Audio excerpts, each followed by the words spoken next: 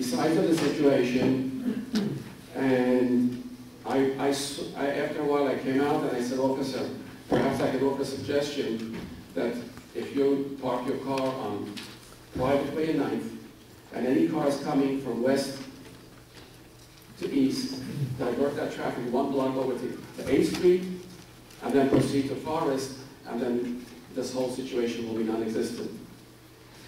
He said he can't stay here. And he said he has called up his supervisor, and the supervisor said they cannot find an off-duty officer as well. I said, well, maybe I can give you another suggestion. I'll stay here, because in another hour and a half or so, the young men that are in the morning session, they're going to be coming out, and then this whole situation will not be there. They're going to take their cars out. He said, you can't. I said, I'll stay here and I'll divert the traffic for an hour and a half, no problem.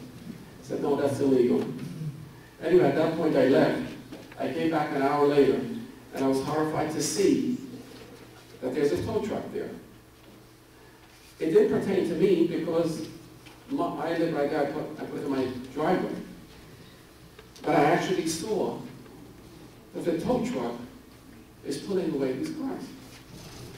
Now these young men, when they come from the morning session, they're on a very tight schedule. They come, they pick up their cars, go to the babysitter, pick up their babies, go home, do what they have to do in order to be on time for the afternoon sessions. Can you imagine their anguish when they come and they see their cars have been towed away? None. Now, the irony of the fact is, I had suggested one police car on 9th and Private Way. There was 2 police cars. One on 9th on Private Way, one on 9th and Forest. To make sure that all the cars are being towed away without that the cars, no car should be able to come in. I really was horrified. How could they do that? How could they do that? All these young men, they come here, tight schedules, tight budgets, and here they come and they see that they are billed $250 approximately from the tow company. And then I just want to say, honestly, this is my first time that I've come here to speak and voice my comment. I speak for the community. We take great pride in our police department. We take great pride in our township department. And I believe they are all doing a difficult but a wonderful job. But I truly believe that in this particular instance, there was a misjudgment on their part, which has created a breach in the trust that our community has for the department.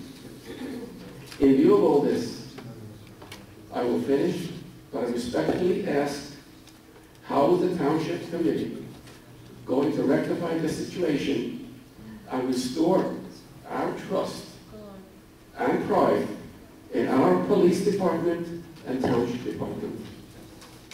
Thank you. Sooner. But then again, I don't know how much of judgment you can ask for a police officer to make when he's standing in the street.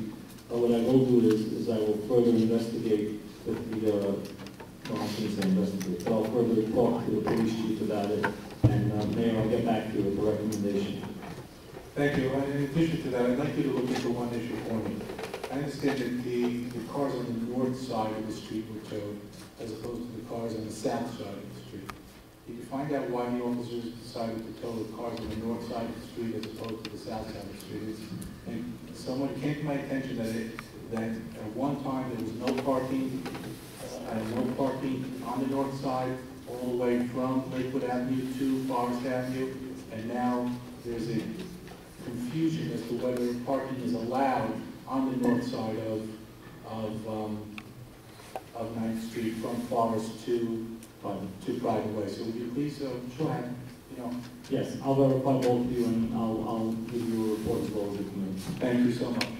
I wanted to say that I don't think there's anything there was no signs to show that it was illegal. We parked it on the snow, had to tilt it as far as we could get onto it. And we were all told by, I came here after my session was over, and I did ask the police officer what happened, and he told me, and asked me, would there be any tickets or fines? He said he doesn't think so. And so too, Rabbi Yai told me, he spoke to the police officer, and he said the same. Another person that was there, for me as a father and a husband, I feel that it was a big headache taking kids to the babysitter, picking my wife up to work.